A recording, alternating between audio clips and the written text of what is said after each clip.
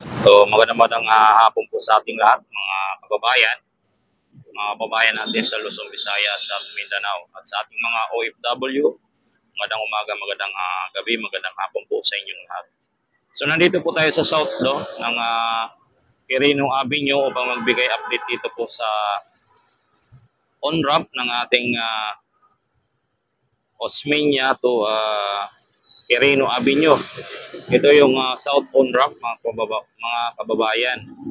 So, bago natin ito umpisahan, baka naman po pwede makahingi ng favor, like and subscribe, click the button bell para lagi po tayong updated sa ating mga ina-update mga kababayan sa ating channel. Sino po ang ating i-update, no? Ang on-ramp. Titingnan natin yung baba kasi nagpalipad tayo sa drone shot. Ito po yung ating makikita ng mga poste na po na kanilang nagawa or nahukay dito po sa area na ito. Ito po yung ating nagkuha sa drone shot mga kababayan. So tara at pasadaan na po natin ito mga kababayan. So hindi na po natin papatagalin mga kababayan. So tara, let's go!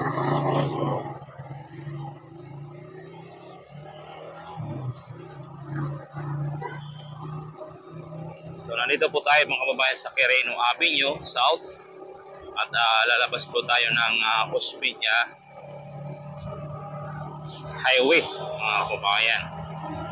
Dating sisilipin yung mga dito ng progress ng on-ramp.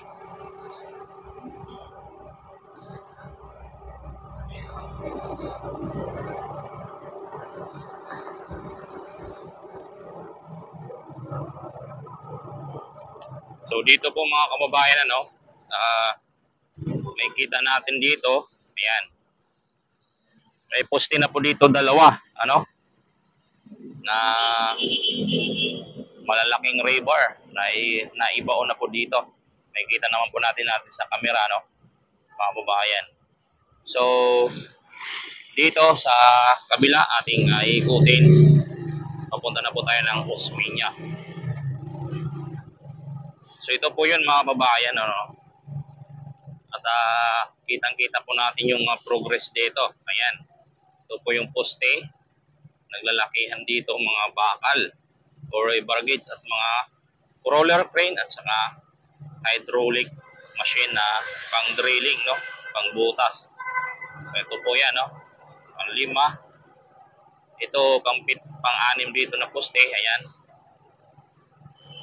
6. At dito may poste na rin po dito sa may malapit sa tulay, ng Osmeña dito. Ito, poste na rin po dito, 3. So bali, na palang poste dito? 10. Ito, ayan, mga kababayan. Ito yung isa.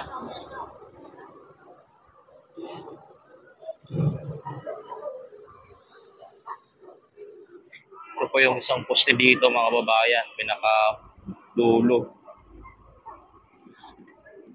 Yan po yung mga area mga kababayan. So yan lang po mga kababayan yung ating update sa tanghaling ito dito po sa on-ramp South Osmeña Highway to Quirino Avenue. Maraming salamat and God bless sa inyong lahat. At ito naman po yung ating drone shot.